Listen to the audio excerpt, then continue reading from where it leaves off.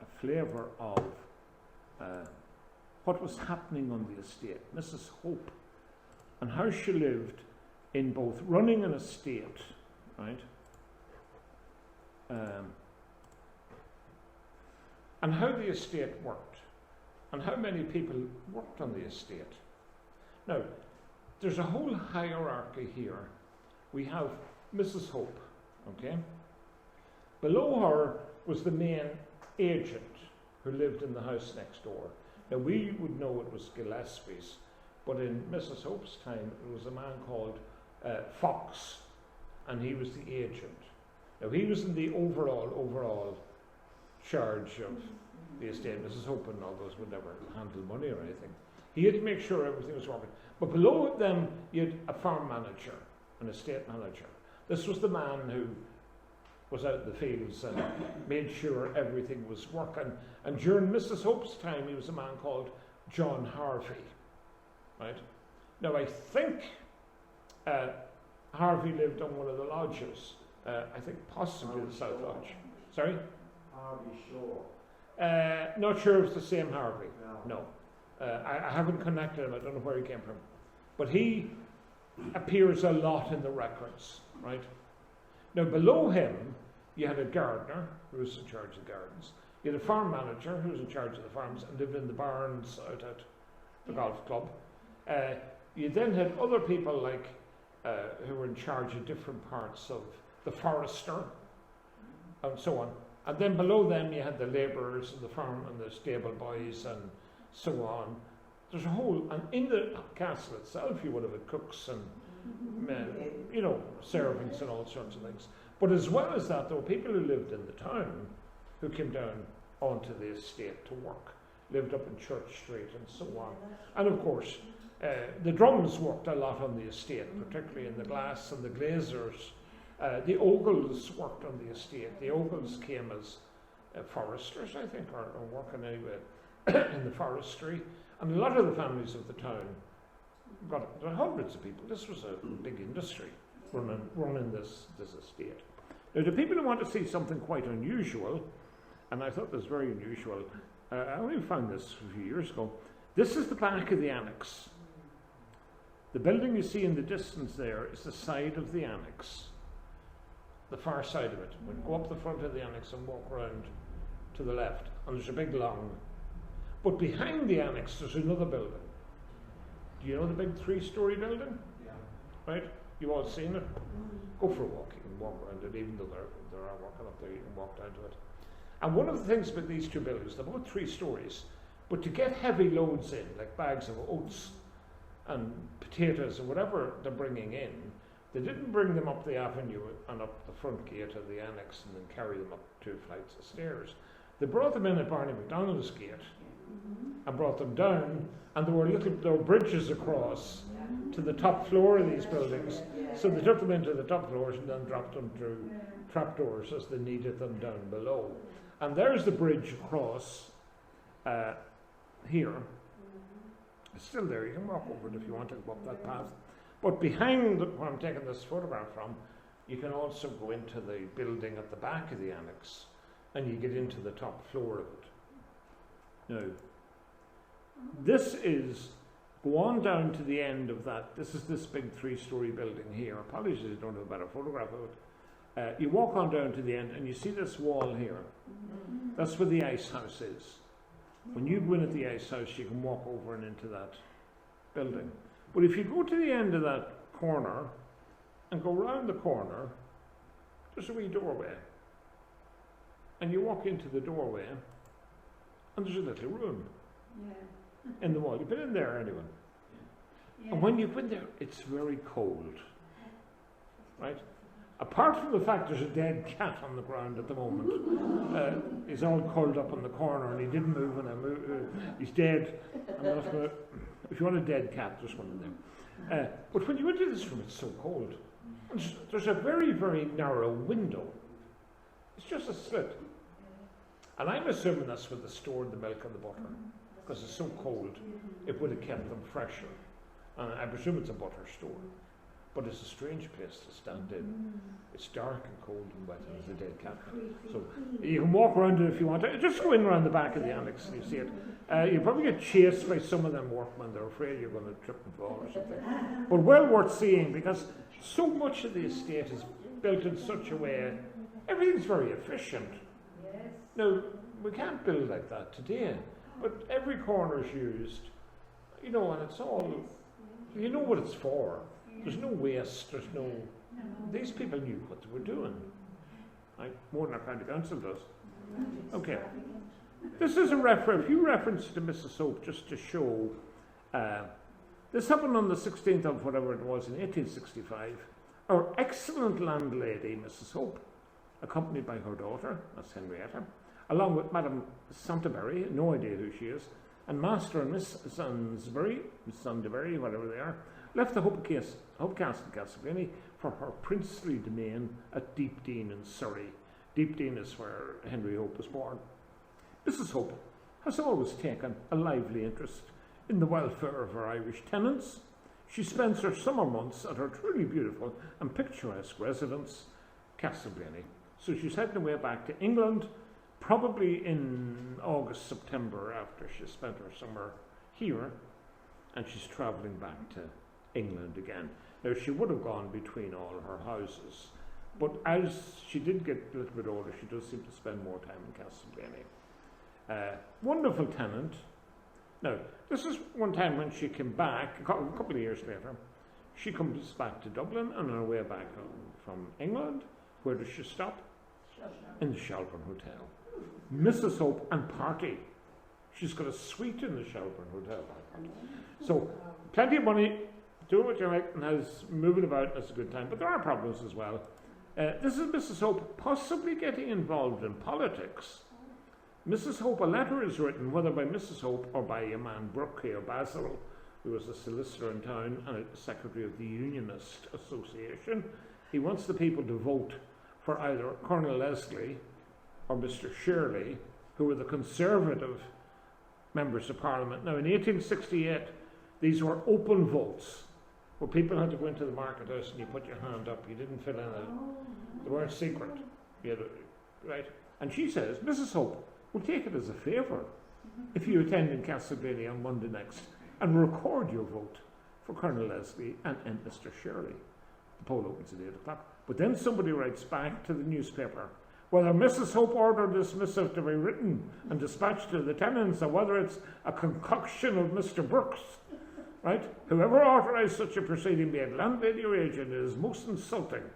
The tenantry in the Castleblayney estate owe no political allegiance to either Mrs. Hope or Mr. Brooks. They merely agreed to pay a certain rent for their farms, and to ask them to vote for Shirley and Leslie was a gross outrage on their feelings, right?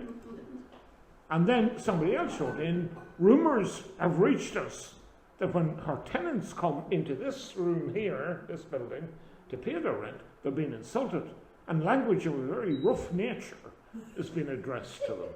In other words, they must have voted for Doss and not voted for the other two. Anyway, Mrs. Hope had problems like that. She had more things about the estate. This is the service of her bull. She had a bull. I don't think she took the bull around herself. And the charge for the use of the bull, that's one of the charges on the estate, right? This is where there's a complaint about the water tanks. And the 3 dead dogs were found in the water tanks. There's a dead cat up there at the minute. But anyway, John Harvey is mentioned. And John Harvey is her land farm manager. And he's the man who has to take the dead dogs out of the water tanks. It's full of dead dogs, all the water in the down. Okay? And Mrs. Hope gets the letter about it. She's the boss. And this was a court case about a man called Peter Comiskey. And Peter Comiskey lived up at Knocknagolas, you know, way up at the top of the hills, next door to the Twibbles, who had a farm up there as well. And there was a little bit of land on the bog, and he built a house on it, and he shouldn't have built the house on it. The Hopes and the Blaney's would always keep the turf for themselves. They'd sell the turf, rent out the turf banks. But Comiskey anyways built a house and he's living in the bog. And they take him to court, and eventually at the bottom of the sheet there, decree for possession. In other words, he has to get out and give the house and the land back to to Mrs. Hope. Now, Mrs. Hope herself, of course, wouldn't have gone into court. She had solicitors. Hugh Swansea is the solicitor in this case. This is a recording. This is one of the biggest weddings we had ever in the town, up in St. Mildred's Church. And this is the wedding of Mrs. Hope's granddaughter, Henrietta's daughter, Henrietta and the Duke of Newcastle. Now, anyone wants to read this, I'll read you sometime. I'll go down to it. It was done up in the church. The wedding was performed by the Archbishop of Armagh. He came up to do it. The wedding march was played. It lists all these people. Her Grace, the Duke of Newcastle, was there. Well, that's her brother, of course. The bride wore an ivory satin dress with a plain square, a wreath of orange blossoms, a diamond pennant presented by the Duke of Newcastle, right? Pearl and diamond cross and earrings and pearl bracelet presented by Mrs. Hope, her granny. A skeleton gold bracelet and diamonds presented by the inhabitants of Castleblayney. You'll be glad you paid for that. Her bridesmaids were her sisters, Lady Emily, and so on, and it explains all who. And this was a huge wedding up in St. Mildred's Church here, about 1871, that sort of period. And then a splendid display of fireworks was sent up from the front of the courthouse by the pyrotechnic man, and it was witnessed by His Grace the Duke of Newcastle, who was about 15 at the time, along with a number of his friends who drove out in a brake from here for the purpose of seeing them. The town was brilliantly illuminated, and the rejoicings were kept up till midnight. She'd be glad you took part in the celebration. Right. Now, the father of the gambler is a problem, right? He's spending money hand over fist, and he's taken to court constantly. And this is only one of his court cases. The Duke of Newcastle's affairs were before Baron Martin is in court in reference to possessions in Clumber and Carton House Terrace in London. They're going to take 2 houses of him, right, because of his debts. It was stated during the proceedings, and not contradicted by the Duke, that his increases in his losses by losing 30,000 on the Derby, right, which was paid for by Mrs. Hope. 30,000 in those years is worth 2.5 million today. This boy could gamble, right, and she's paying his debts. Any wonder they lost money. He's a total waster. Eventually, of course, the Duke of Newcastle dies young, and it was a great relief, right, that he did die. Just a few comments about him. He was singularly unfortunate on the race course. And then he lost money. He was very popular. He was a good landlord and an amiable companion. Definitely he was. And it goes down to the bottom. The late Duke was, we believe, a man of capacity and good intentions, but few men had made more hopeless shipwreck of a great name and a great position. And now, by his gambling £2 million on a horse race, is gone. So he's dead. They then have to clear up his property, and 2 men have been taken to court, and they're looking for 90,000 each. That's 7.5 million in today's money he owed them. And poor Mrs. Hope, that's why the Hopes ran out of money. She's trying to cover for him. And then Mrs. Hope died in 1884, 5 years after her son-in-law had died.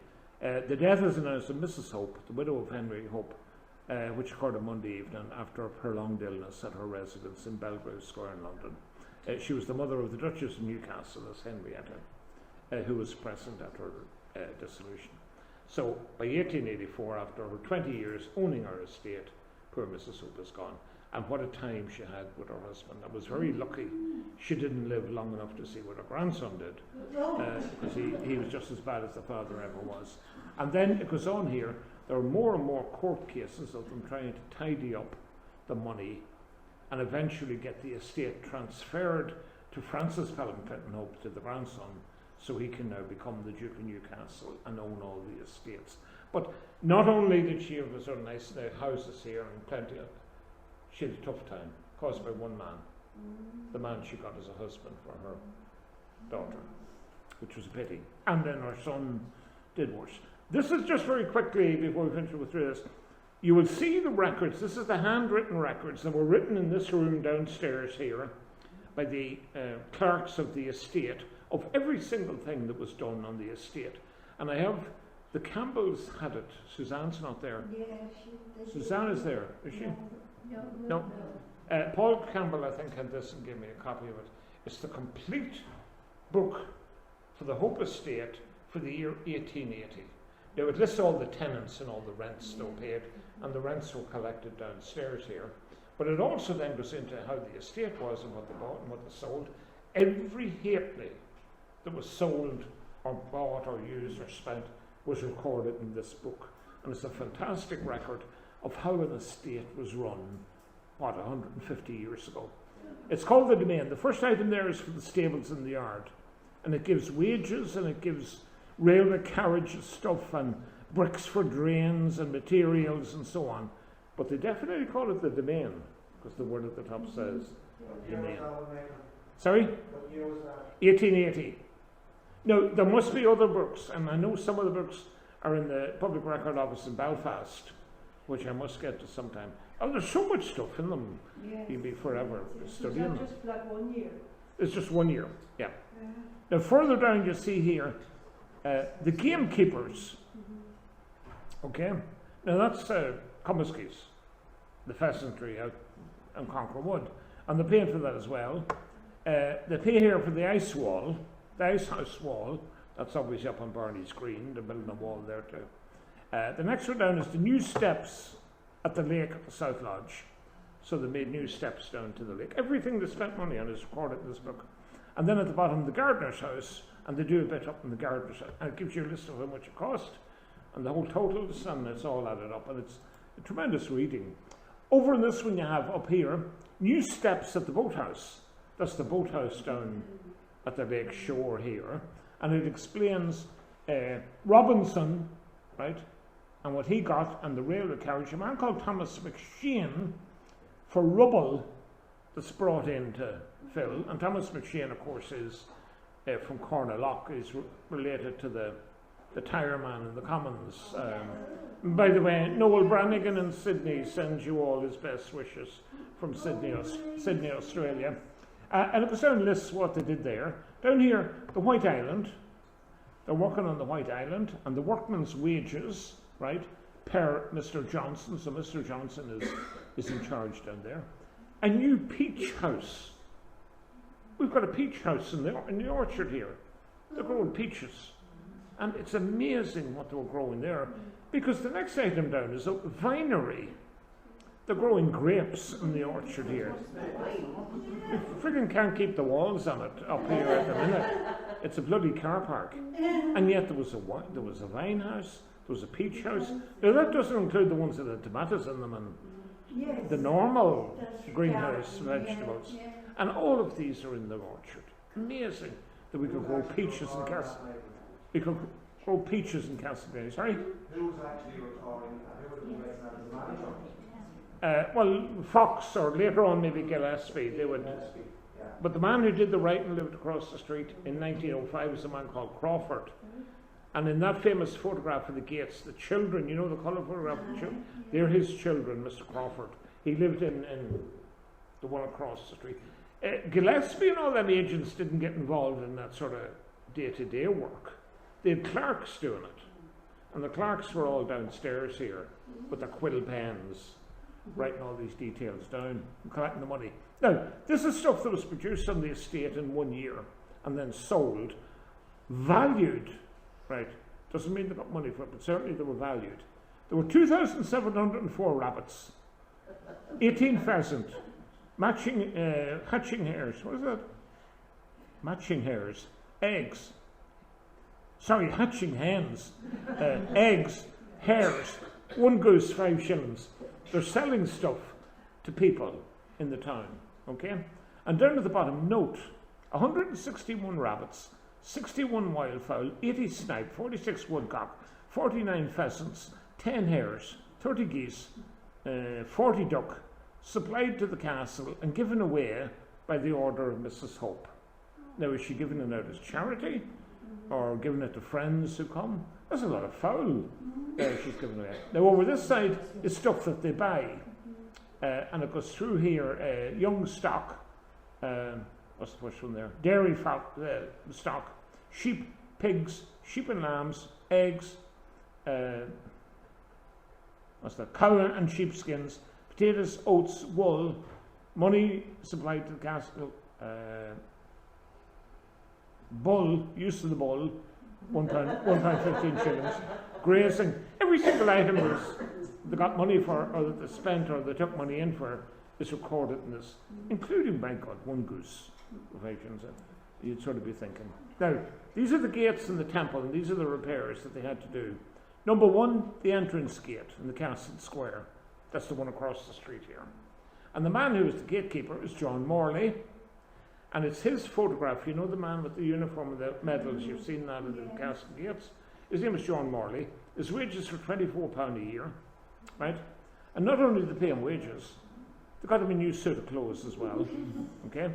The back lodge, which is the one up on Church Street, the man living in it is called Michael King, and he got a new suit of clothes as well. We have the Dundalk Road gate. Now that's the one that Francis McElroy, I think that's the lodge that was there on Francis's property, is the Dundalk Road gate. And Charles, what's that name there? Charles Smith is living in that. He's working on the estate, and he got a year's salary. The temple, Robert Smith, a man called Robert Smith, is living in the temple, and he's getting paid for working on the farm. And the South Lodge is a man called Gardner, William Gardner. So he's living in the South Lodge. So it records every labour, every person on the estate, where they lived, and which wages they got, whether they got a free suit of clothes or not of the part of it, and so on and so forth.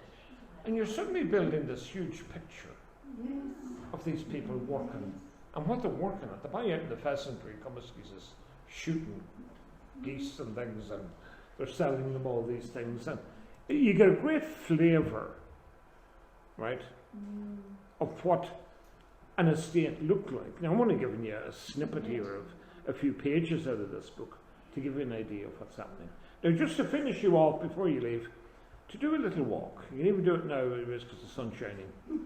Go up the avenue. When you get to where those toilets have been stuck in, right? Turn to the right up towards the annex. But when you're halfway up, there's a wee slope down into where the old kitchens used to be. You know that? Go down there. It's a wee bit rough. Don't fall, please. And I'm not telling you to break your ankle. You don't have my permission to fall. But if you want to go down there, when you walk down that slope, you're walking on the original natural ground.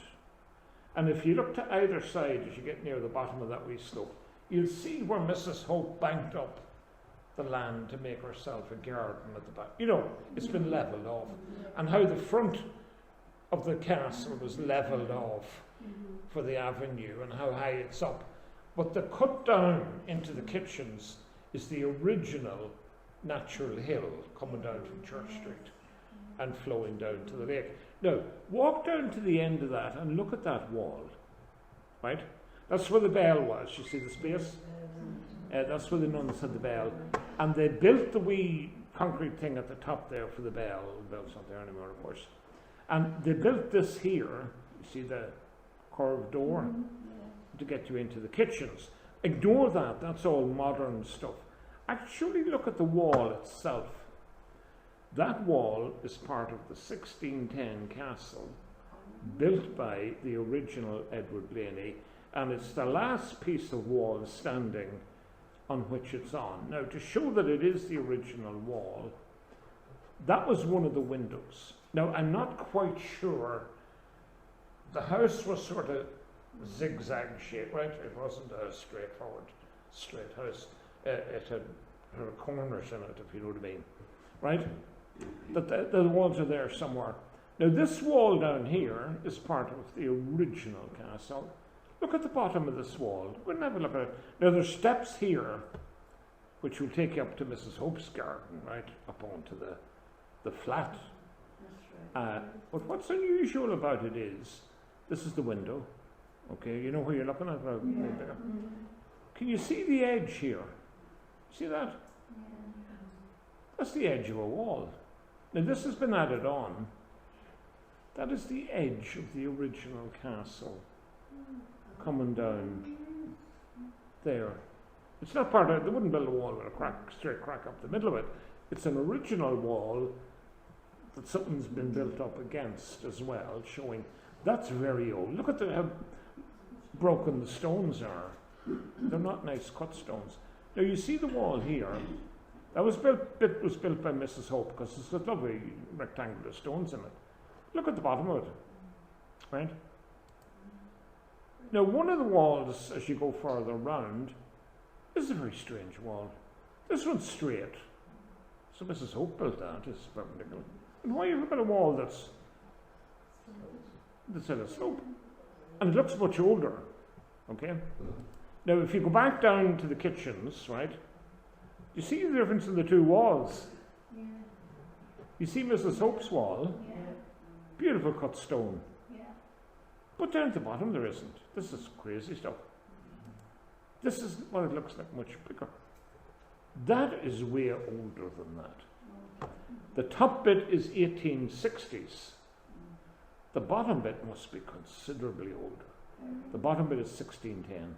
That's part of the original. Now, I don't know which wall it is or where it fits into the original castle, but it's on the natural surface and it's still there.